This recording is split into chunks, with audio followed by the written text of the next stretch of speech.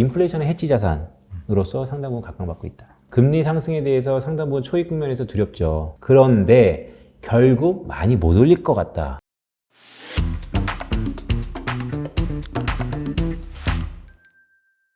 이제 또 재밌는 게 뭐냐면 아까 모두에 말씀드렸던 넥스트 제너레이션이에요. 자, 세대가 바뀝니다. 바로 들어가겠습니다. 네. 자, MZ가 세상의 중심에 서다. 제가 두 가지가 있었다 그랬죠. 첫 번째는 쪽수가 많아졌다. 두 번째는 쪽수 플러스 구매력도 많아졌다. 네. 자, 그럼 데이터를 한번 볼까요? 자, 오른쪽 차트입니다. 오른쪽 위에 있는 차트에 보시면 이게 유엔 데이터예요. 자, MZ세대의 바이 데피니션은 1981년부터, 그러니까 올해 기준입니다. 네. 2020년 기준으로 2021년 기준으로 1981년부터 2005년까지 태어난 사람들을 MZ세대라고 합니다. MZ인가요? MZ입니다. 네. 저도 MZ입니다. 네네. 네. 앞자락있습니다. 자, 그렇기 때문에 네, 전 세계 연령별 인구를 보시면요. 네네. 유엔 데이터인데요. 네. 이 15세에서 39세 이 인구가 네. 전 세계 인구의 38%. 10명 중에 4명은 MZ입니다. 이미 쪽수가 많아요. 그렇죠. 근데 모두에 말씀드렸던 것처럼 잠깐 팁을 드리면 근데 좀 더 아세안에 맞습니다. 아시아 지역에. 자, 총 인구 대비 한국은 어떠냐? 이거 전 세계고요. 한국도 마찬가지예요. 한국 5천만 명 인구 중에서 MZ세 비중이 32%. 꽤 되네요. 한국도 단연 많습니다. 자, 다음 페이지 보시면 자, 왼쪽 차트 위에 있는 것은 서울이에요. 한국 인구의 절반이 남한 인구의 절반이 서울에 삽니다. 서울 및 수도권에. 네네. 그런데 수도권에서도 MZ세대가 35.5%. 네. 그러니까 그냥 MZ세대가 이제 한국에 많아요. 이들을 잡아야 됩니다. 근데 이렇게 많다는 데이터를 딱 보면 경제 주체 중에서 어디가 가장 주목할까요? 이 데이터를. 경제 주체 중에서? 네. 글쎄요. 저는 단연 기업이라고 봅니다. 그렇겠죠. 네네네. 네. 특히 내수 기업들은 먹거리예요. 네네네. 네. 쪽수가 이렇게 많은데 얘는 니즈에 맞게 제품을 만들고 니즈에 맞게 제품 사이클을 만들어야지 팔아먹는 거니까요. 네네. 미국 역시도 마찬가지고요. 네, 왼쪽에 하단 보시면 미국도 좀 더 이제 하이라이트 드리면 미국도 MZ 세대가 상당 부분 이제 많아졌다는 것이죠. 8천만 명 이상 됩니다. 네네. 자, 오른쪽 차트가 이게 베인 컴퍼니에서 갖고 온 거예요. 자, 이런 쪽수만 많은 게 아니고 2035년쯤이 되면 Z세대가 구매력이 모든 연령을 떠나서 베이비 부모라든지 아니면 그 전에 X세대를 떠나서 가장 구매력도 풍부해진다. 네, 그래서 결국 쪽수도 많아지고 가장 많이 지출도 하니까 얘네들을 잡아야 된다. MZ세대를 잡아야 된다라는 게 결론인데요. 자, 제가 아까 모두에 말씀드렸던 것처럼 세 가지 정도의 특징이 있습니다. 현실 도피 이상주의, 성향 투자, 네, 이타주의, 네. 그 다음에 초개인화. 자, 근데 여기 좀 재밌는 거 좀 차트 말씀드리면 자, 현실적으로는 참 꿈이 없죠. 그런데 이 왼쪽 차트 한번 보시겠어요? 이게 의미하는 게 뭐냐면요. 자본주의 꽃이라고 할 수 있는 미국입니다. 미국의 불평등이 얼마나 심하냐면요. 코로나 터지고 나서 미국의 상위 10%가 미국 주식의 90%를 갖고 있어요. 와, 완전히 빈익빈 부익부가 장난 아니네요. 네. 상위 1%는 미국 주식의 53.8%. 이거 어디서 발표하냐면요. 미국 연준에서 발표한 가계금리 노선. 부동산도 미국은 사실은 주식에 좀 더 포커스가 돼 있는 자산 가격을 갖고 있어서 부동산이 좀 덜한데 부동산 역시도 절반이 10% 갖고 있어요. 그만큼 미국도 코로나를 거치면서 이 양극화가 확대돼 있다. 미국의 MZ세대, 한국뿐만 아니고 미국도 상당 부분 MZ세대가 동일한 성향을 갖고 있을 가능성이 크다. 자, 한국 볼까요? 한국은 통계청 자료를 제가 좀 변형했는데요. 네. 부채 대비 자산 비중이에요. 그러니까 부채가 더 늘어나면 자산보다 부채가 더 늘어난 거죠. 근데 보시면 이 29세 이하 네. 상당 부분 코로나를 겪으면서 늘어났습니다. 그러니까 그만큼 부채가 늘어났다는 것이죠. 얘네들도 양극화가 돼 있다. 더 나아가서 이 더불어민주당의 김희재 의원실에서 재밌는 자료를 하나 발간했어요. MZ세대 안에서도 양극화가 심화돼 있다. MZ세대 안에서도 상위 20%는 자산 가치가 8억인데 하위 20%는 자산 가치가 3천만 원도 안 돼요. 35배입니다. 물론 집을 갖고 있냐 없냐에 따라 다르겠죠. 그렇죠. 이거는. 네네. 그렇기 때문에 MZ세대 안에서도 집을 갖고 있는 8억의 자산군과 집이 없어 3천만 원의 자산군에 혼재돼 있다. MZ 자체에서도 현실은 상당 부분 어둡다. 그래서 이런 것의 결과물은 제가 봤을 때는 아까 모두에 말씀드렸던 것처럼 투자 성향으로 나타날 것이다. 그 투자 성향이 이상주의 투자. 그러니까 이미 서베이를 돌려보면 그 NH투자증권에서 100세 시대 연구소라는 게 있어요. 네네. 거기서 늘상 이제 서베이를 많이 하는데 MZ세대의 투자 자산이 뭐가 있을까라고 하면 주식이 거의 대부분. 그러니까 10명 중에 9명이 다 주식 얘기한다는 거죠. 네네네. 그러니까 주식에 대해서 이젠 주식을 차치하고서라도 차치하면 대화가 안 될 정도로 많은 쪽에 투자를 하는데 대부분 제가 말씀드렸던 것처럼 이 메타버스 ETF가 최근에 상장하지 않았습니까? 그렇죠. 그러니까 MZ세대의 니즈를 반영해서 이런 상품들이 속속 나올 것이다. 새로운 상품이나 대해서 거부감을 일으키는 게 아니고 당장 주목해야 된다라는 말씀을 첫 번째 드리는 것이죠. 네. 네, 두 번째는 이타주의. 제가 모두에 말씀드렸던 것처럼 시대당이 반영돼 있다. 지금 가장 중요한 게 뭘까요? 라고 서베이를 돌려보니까 이 왼쪽 차트에 보시는 것처럼 밀레니얼 세대보다 이 Z세대가 오히려 기후 및 환경에 좀 더 중요도를 느낀다는 비중이 가장 높아요. 그러니까 이 친구들도 상당히 대외 환경, 기후 환경에 대해서 중요도를 느낀다는 거. 그렇기 때문에 ESG를 고려한 투자 비중이 높아진다는 것입니다. 자, 근데 ESG가 사실 테마적으로 너무나 많아요. 그래서 저는 이제 어떻게 좀 더 추려드리고 싶었냐면 다음 페이지입니다. 결국 이런 ESG 투자가 많아질 텐데 저는 주목하는 거거든요. 가장 제가 좋아하는 투자 그 테마는 다양성은 되게 많은데 교집합에 투자하는 걸 되게 좋아해요. 안정적으로. 네. 그러면 ESG라는 게 되게 활성화되고 이미 트렌드입니다. 그런데 어떤 산업이 성장하려면 자금을 대는 곳이 있어야 되거든요. 그 자금을 대는 게 결국 ESG 채권 발행이 전 세계적으로 기업적으로 늘고 있어요.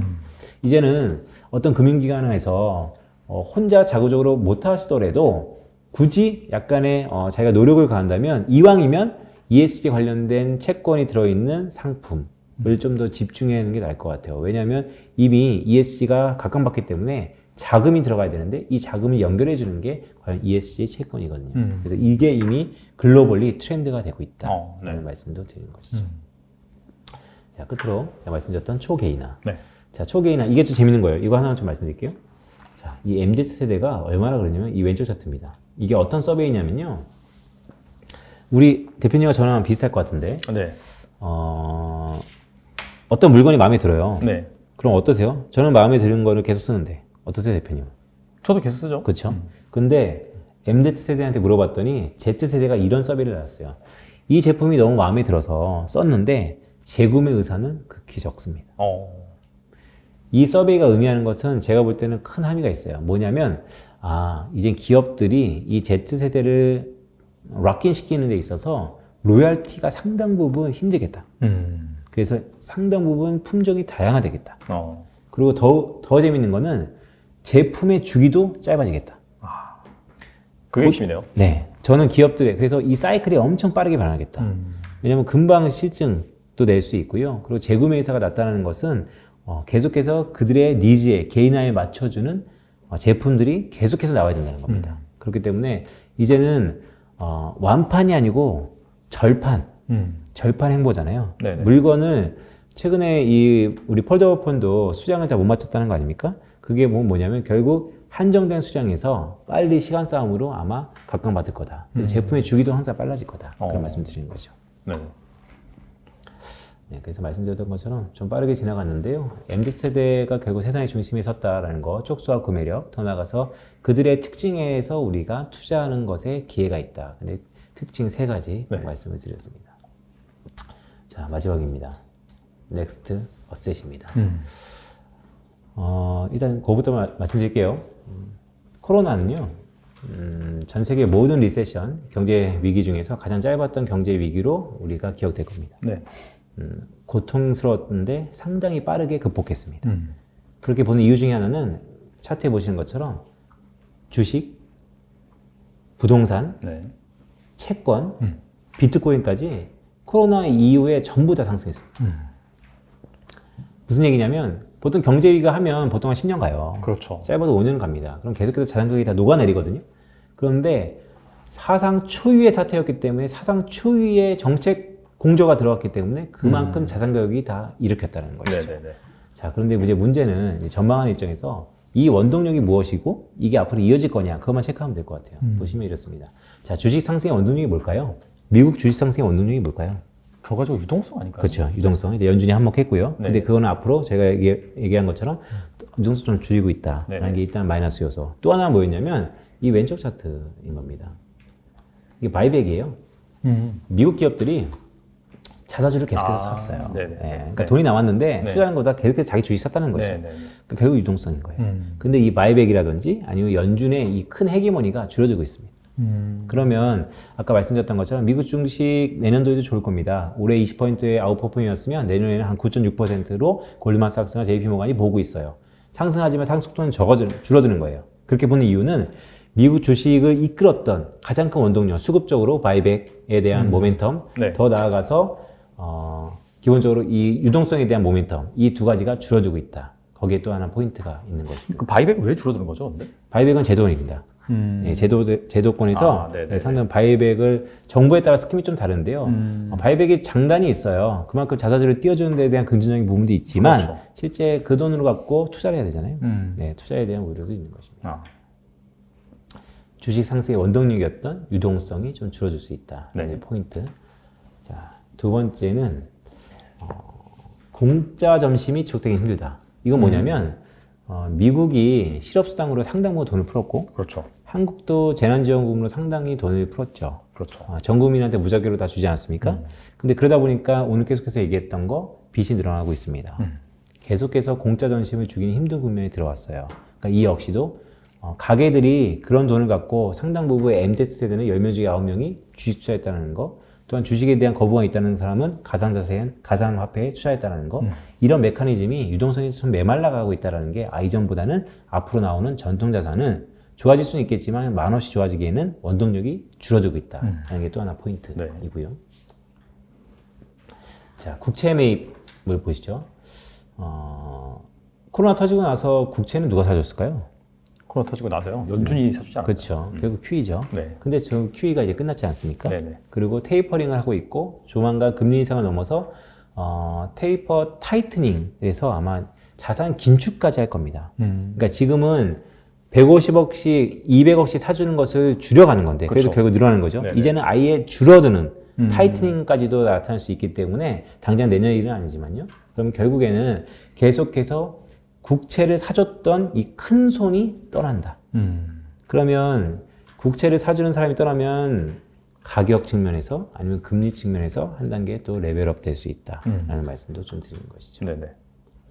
부동산도 마찬가지입니다. 이 부동산도 말씀드릴게요. 네네. 자, 부동산도 말씀드렸던 것처럼 금리가 한 단계 레벨업 된다는 측면에서 모든 자산 중에서 부동산이 가장 금리에 민감한 자산이니까요. 부동산도 저는 뭐 부동산 가격이 계속해서 좋을 거라고 봐요. 다만 이제는 평균적으로 보자고요. 10개 중에서 10개 다 좋았던 국면은 끝나고 이제는 한두 개가 좋아지는 거죠. 다만 전체적인 지수는 한두 개가 워낙 고가이다 보니까 전체적인 가격은 좀 높아 보이는 현상. 이런 현상이 좀 일어나지 않을까라고 네. 보고 있는 것입니다. 결과적으로 강남 부동산은 괜찮다 그렇게 받아들일 수 있겠네요. 강남도 그 안에서 좀 협소하게 들어갈 것 같아요. 이제는 강남이라는 강남구 안에서 좀 협소하게 들어갈 것 같습니다. 네네. 실제 오른쪽 차트에 보시면 한국의 주택가격 지수랑 그다음에 가처분 수익 대비 가계부채랑 거의 콜레이션이 같죠. 근데 최근에 이 정부가 하고 있던 게 뭡니까? 대출 규제. 네. 그러니까 대출의 한도 자체를 규제하니까 상당 부분 주택가격 지수에서는 상승 요인보다는 이제 하방 요인이 좀 더 있을 수 있다라는 말씀드리는 것이죠. 확실한 것만 오른다. 그렇게 보면 되겠네요. 그렇죠. 끝으로 이제 비트코인입니다. 네.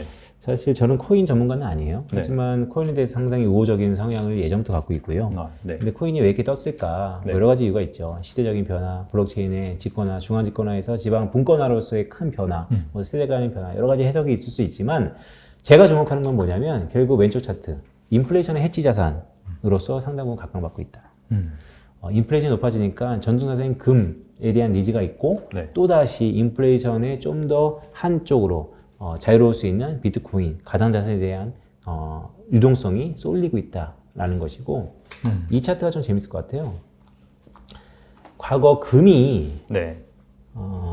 1970년 이후에 금 가격의 추이예요. 네네. 비트코인을 2018년부터 쭉 그려놓으면요. 네. 비트코인이 아마 인플레이션 해지 자산으로 금과 동일하게 또 하나의 대항마로 간다라는 측면에서 보면 금 가격에 가는 이정표가 아마 비트코인의 향후 이정표가 되지 않을까라는 얘기도 조심스럽게 하고 있습니다. 야, 저 차트를 저렇게 놓고 보니까 아직 한참 남았네요. 그런 의미도 상당 부분 있다. 네네. 말씀드립니다. 아 근데 궁금한 게 네. 사실 이제 기준금리를 언젠가는 올리긴 올릴 거잖아요. 네. 그러면은 사실 어떻게 본다면 인플레이션 해지 자산에 대한 매력은 좀 줄어들지 않나요? 그렇죠. 근데 이런 겁니다. 언제 올릴까요?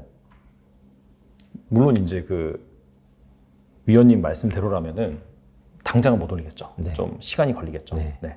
그래서. 네. 그 전까지는 부각화될 가능성이 있다. 그럼 그렇게 이해할 수 있겠네요. 네. 그러니까 이제는 금리가 높아지는 수준인데요. 사실 금리도 속도가 중요하고요. 네.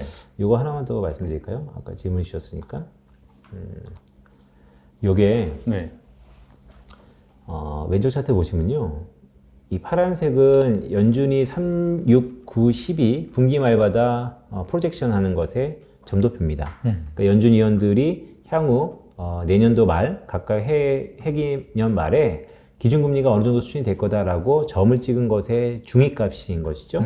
그러면 내년도 연준 내부에서는 뭐 12월 FOMC 때 좀 바뀔 수는 있겠지만 현재까지의 데이터상을 놓고 보면 내년에 한 차례 정도, 내후년부터는 한 2차례 정도 순차적으로 금리를 올리겠다라는 이정표예요. 네네. 그런데 이 주황색을 보시면 이건 시장이 바라보는 것이죠. 내년에 2번 더 올릴 거고 네네. 계속해서 올릴 거다. 네. 근데 저는 여기에 힌트가 있다고 봅니다. 여기가 어떨까요? 만나네요, 보니까. 네. 이게 무슨 말이냐면 우리가 생각보다 시장이 생각하는 것처럼 연준이 생각하는 것보다 좀 더 빨리 금리를 올리면 뭐가 두려운 거죠? 빨리 오는 사람이 더 많이 올릴까 봐. 근데 속도는 빨라질 수 있는데요. 결국 만납니다. 그러니까 횟수는 정해져 있는 것 같아요. 그래서 말씀드리는 거예요. 그래서 금리 상승에 대해서 상당 부분 초입 국면에서 두렵죠. 왜냐하면 말씀 주신 것처럼 빠르면 더 많이 올릴 것 같으니까. 그런데 결국 많이 못 올릴 것 같다라는 게 제가 드리는 콜 중에 핵심 콜입니다. 결과적으로 올리긴 올리는데 그래서 금리의 레벨은 올라가긴 하지만 많이 올리기 힘들다. 네. 그래서 많이 흘리지 못하는 것은 저도 뭐 개인적으로 초이너믹스 막판에 집을 샀거든요. 네네. 그때 대출금리 5%. 지금보다 높아요. 그러니까 속도의 차이인 것 같아요. 레벨은 높아진다 하더라도 속도가 우리 충분히 학습 효과로서 감내할 수 있을 정도의 속도면 충분히 대응 가능하다. 근데 지금 두려운 것은 생각보다 빨리 우리가 대처할 수도 없을 만큼 속도가 빨라질까봐 두려운 건데 근데 실제 차트에 보시는 것처럼 미국에서 그렇게 난리를 치는 월가의 아이비들도 빨리 올릴 것 같다는 얘기를 하지만 궁극적으로는 비슷하다. 네, 그러니까 왜 이렇게 또 금리가 못 올리는 거는 또 여러 가지 이유가 있는데 그거는 벌써 지금 2시간이 다 됐기 때문에 그렇죠. 그거 하면 또 3시간째 아까 그 넘어가니까 경제활동 참여율 그 관점에서 이제 이해하면 될 것 같아요. 네, 그것도 상당 부분 있고요. 네네. 사실은 이제 이 금리는 또 각 국가의 잠재 GDP, 네네. 잠재 성장수, 인플레이션 캡, 아웃풋 캡 이런 것하고 또 연관이 되기 때문에 좀 더 이제 아카데믹하게 들어가야 되는데요.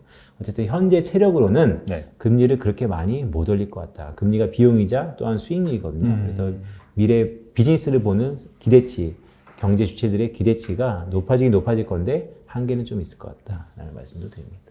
종합을 해보면 그 자산별로 네. 내년 현황을 짚어봤는데 그렇게 금리를 빨리 올릴 수 없을 것이다 라는 가정하에서 보면은 약간 또 MZ 세제 네. 그런 영향도 좀 있고 네.